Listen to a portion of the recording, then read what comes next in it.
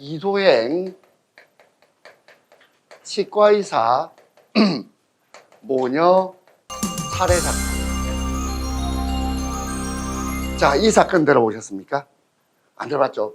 야, 근데 사람 이름 써도 됩니까? 이렇게 물어보면, 자, 이분 이름 바꿨거든요. 바꿨기 때문에 이도행이라고 제가 부르겠습니다. 자, 여기서 여러분들이 형사법에서 알 수 있는 여러 가지 내용들이 좀 담겨 있거든요. 자, 이도행 치과의사 모녀 살해 사건. 자, 뭐 치과의사라 부르기도 하고 또 뭐 외과의사 이래 부르기도 하는데 그냥 저는 치과의사라고 하겠습니다. 자, 이게 어떤 사건인지 한번 봅시다. 자, 이 치과의사가 있습니다. 자, 이게 남편입니다.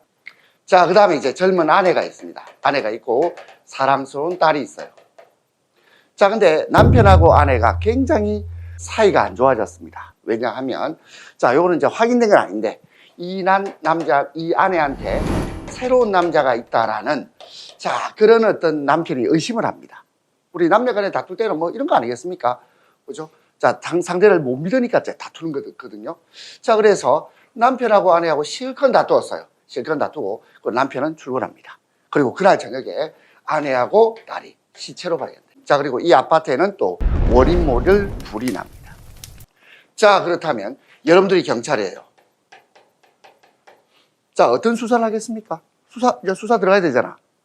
자, 수사 들어가는데 경찰이 볼 때는 아내하고 남편이 그 전날 열심히 다투었고, 아파트가 떠날갈 정도로 심하게 다투었어요. 그리고 또 아내와 딸이 살해됐는데, 근데 살해됐는데 보니까 아내는 그 화장실 욕조에 뜨거운 물에 아내가 잠겨 있어요. 갑자기 뜨거운 물에 시체를 담궜다. 이게 무슨 말이냐면 이 아내가 언제 죽었는지 사망 추정 시간을 알 수 없도록 아내가 이제 물에 잠겨 있습니다. 그리고 딸은 채식사돼 있고. 자, 그래서 경찰이요, 이걸 여러 가지 정황을 수사를 해보니까 또 외부에서 침입한 흔적이 아무것도 없어요. 이건 내부의 소행으로 나름대로 이제 판단이 된 겁니다. 그래서 이 경찰이 남편을 긴급 체포합니다. 자, 일단 긴급 체포. 이게 우리 공부할 내용이에요. 긴급 체포는 뭐예요? 하면 요거는, 자, 나중에 요건 보겠지만 일단 영장 필요 없습니다. 영장 없는 체포입니다. 자, 그러면 영장 없는 체포는 종류가 두 가지거든요. 하나는 긴급 체포 있고 또 하나는 현행범인 체포가 있다. 자, 그러면 영장 없는 체포에서 긴급 체포가 있고 또 현행범인 체포가 있는데, 자, 이것도 영장 없는 체포입니다. 자, 그러면 영장 없는 체포로서 현행범인 체포 되겠습니까? 요 사안에서? 될 수가 없잖아. 왜? 범죄가 끝난 뒤잖아. 현행범인이 아니잖아. 따라서 요거는 안 되고, 현행범인 체포는 요건이 안 맞잖아. 요건이 안 맞고, 다만 중대범죄에 대해서 긴급 체포로 이 남편을 체포합니다. 체포하고, 그리고 이제 형사재판이 열리죠. 그리고 경찰은 여러 가지 증거 수집하겠습니다. 자, 그래서 1심 재판부가 사형을 선고합니다. 사형. 자, 그리고 요 1심은요, 요 살인사건 같은 경우는, 살인사건은 지방법원 합의부에서 재판합니다. 1심, 지방법원 합의부. 자, 그리고 사형 선고하니까, 자, 이 이도행이가 지금 1심 재판을 받고 있는 이 이도행이라는 사람은 피고인의 신분이 되는 거죠. 피고인. 이해됩니까? 피고인 신분에서 사형 선고를 받고, 그리고 항소를 합니다. 항소.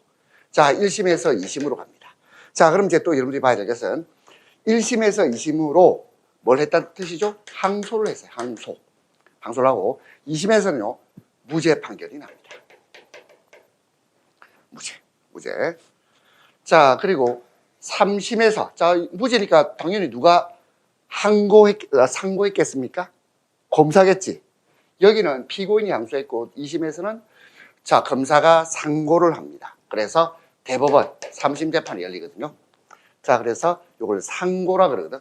자, 상고심 대법원에서 보니까 이 2심 재판이 잘못됐다는 이유로 파기환송을 해요. 파기환송.